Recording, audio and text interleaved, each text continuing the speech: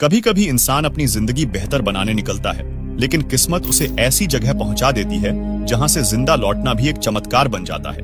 एक ऐसी जगह जहां न शहर की आवाज है, न इंसानों की मौजूदगी, बस तपती रेत, झुलसता सूरज और चारों ओर मौत जैसी खामोशी। सोचो जरा, अगर तुम्हें उसी वीराने में छोड़ दिया जाए, बिना पानी, बिना खाना और बिना किसी मदद के, तो तुम कितने दिन जिंदा रह पाओगे?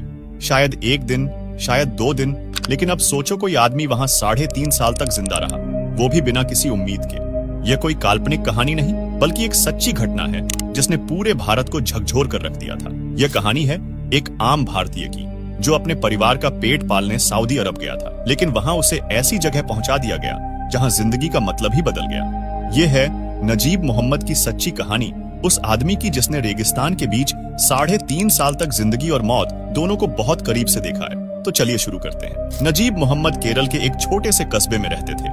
उनका जन्म 1978 के आसपास हुआ था और 1992 के आसपास नजीब की शादी हुई और उनकी पत्नी गर्भवती थी। परिवार की बढ़ती जिम्मेदारियों और आर्थिक तंगी ने उन्हें मजबूर कर दिया कि वह बेहतर जीवन की तलाश करें। उसी समय उनके गांव में एक एजेंट आया जिसने बताया कि सऊदी अरब में मजदूरों की भारी मांग है और वहां काम करने वाले लोग को यहां से कई गुना अधिक पैसा कमा सकते हैं। यह सुनकर नजीब ने भी तय कर लिया कि वह सऊदी अरब जाएगा और वहां से पैसा कमाकर अपने परिवार की मदद करेगा। लेकिन किसने सोचा था कि ये कदम उसे जिंदगी की सबसे भयानक जंजीरों में जकड़ देगा। फिर 1992 में नजीब ने टिकट खरीदी और सऊदी अरब के लिए रवाना हुआ। एयरपोर्ट पर उन्होंने अपनी पत्नी और परिवार से विदा ली। उसकी आंखों में उम्मीद और दिल में थोड़ा डर लिए उसने उड़ान भरी। शुरू में सब कुछ सामान्य लगा, लेकिन सऊदी अरब पहुंचने पर उन्हें एक अरब व्यक्ति ने एयरपोर्ट से उठाया और कहा कि वह उसे उसके काम की जगह ले जाएगा। नजीब ने बिना शक किए वो उनके साथ कार में बैठ गया। शुरू में रास्ता सामान्य लगा, लेकिन जैसे जैसे कार शहर से दूर होती गई, नजीब ने महसूस किया कि यह जगह कुछ असामान्य है। सड़कें खत्म हो गईं और चारों ओर केवल रेत और वीरानी बची थी। नजीब ने पूछा कि वे कहां जा रहे हैं, लेकिन ड्राइवर ने कोई जवाब नहीं दिया। कई घंटों की यात्रा के बाद उसकी कार एक सुनसान इलाके में रुकी, जहां सिर्फ कुछ बकरियां और एक झोपड़ी थी। वहां उसे एक अरब मालिक ने रोक लिया और बिना कोई स्पष्टीकरण दिए उसका पासपोर्ट और अन्य कागज छीन लिया। नजीब को बताया गया कि अब उसकी जिंदगी का काम इन बकरियों की देखभाल करना है, लेकिन नजीब ने विरोध किया कि वह निर्माण कार्य के लिए आया था। लेकिन मालिक ने धमकी दी कि अगर उसने भागने की कोशिश की तो उसकी जान चली जाएगी। नजीब को धीरे धीरे एहसास हुआ कि वह अब किसी नौकरी में नहीं, बल्कि एक कैदी की तरह फंस चुका है और कोई भी उसे मदद नहीं पहुंचा सकता था। नजीब के लिए यह नई जिंदगी बेहद कठिन थी, क्योंकि उसे सुबह से शाम तक बकरियों के पीछे चलना पड़ता था और बहुत कम खाना और पानी मिलता और रात में वही झोपड़ी में सोना पड़ता था। धीरे धीरे दिन, महीने और साल एक जैसे लगने लगे। उसे पता नहीं था कि कितने समय तक वह इस रेगिस्तान में कैद रहेगा। उसके पास कोई संपर्क नहीं था, न ही वह किसी को अपनी स्थिति बता सकता था। फिर भी उसके दिल में आशा का एक छोटा सा कोना बचा था। वह सोचता कि शायद कोई दिन ऐसा आएगा जब कोई उसे ढूंढेगा और उसकी मदद करेगा। समय के साथ नजीब का शरीर और आत्मा दोनों टूटने लगे। उसकी त्वचा झुलस गई, बाल झड़ गए और शरीर बेहद कमजोर हो गया। उसके चारों ओर केवल रेगिस्तान और बकरियां थीं। अब वह न केवल भौतिक रूप से बल्कि मानसिक रूप से भी अकेला था। कभी कभी वह आसमान की ओर देखता और सोचता कि उसकी पत्नी अब मां बन चुकी होगी और उसका बच्चा शायद चलना भी सीख गया होगा, लेकिन उसके पास वापसी का कोई रास्ता नहीं था। वह अब केवल एक बकरी चराने वाला आदमी बन चुका था, जो पूरी तरह किसी और के नियंत्रण में था। नजीब मोहम्मद ने जब महसूस किया कि अब वह पूरी तरह अकेला और किसी भी मदद के बिना रह रहा है, तभी उसकी असली लड़ाई शुरू हुई। सूरज की तेज गर्मी और रेगिस्तान की सुनसान रेत ने उसके शरीर और दिमाग दोनों को बहुत मुश्किल में डाल दिया। वह दिन भर बकरियों के पीछे चलता और कई किलोमीटर तक बिना पानी या बिना खाने के चलता था। उसका शरीर कमजोर हो गया था, होंठ और आंखें सूख गई थीं। रातें ठंडी और सुनसान थीं और अकेलापन इतना गहरा था कि कभी कभी उसे लगता कि शायद वह अब इंसान भी नहीं रहा। नजीब ने धीरे धीरे बचने के तरीके सीखने शुरू किए।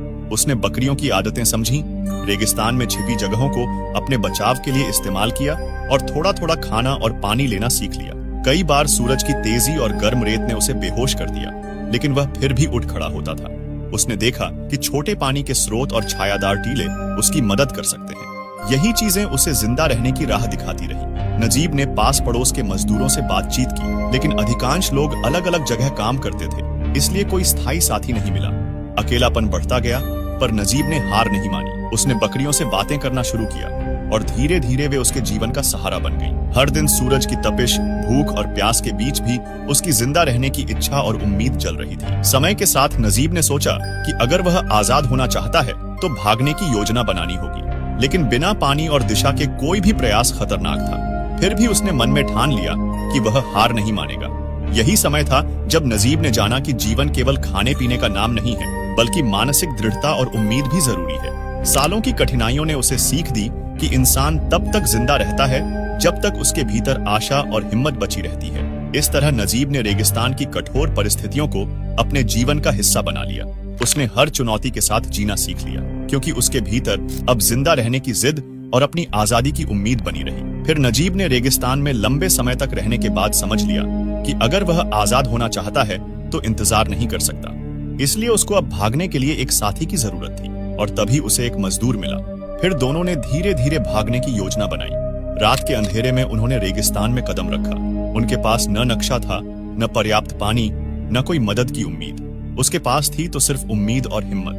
पहले कुछ दिन बहुत मुश्किल रहे, क्योंकि सूरज की तेजी और भूख प्यास ने उन्हें कमजोर कर दिया। तीसरे दिन दुर्भाग्य से नजीब का साथी थक कर गिर पड़ा और फिर कभी उठ नहीं सका।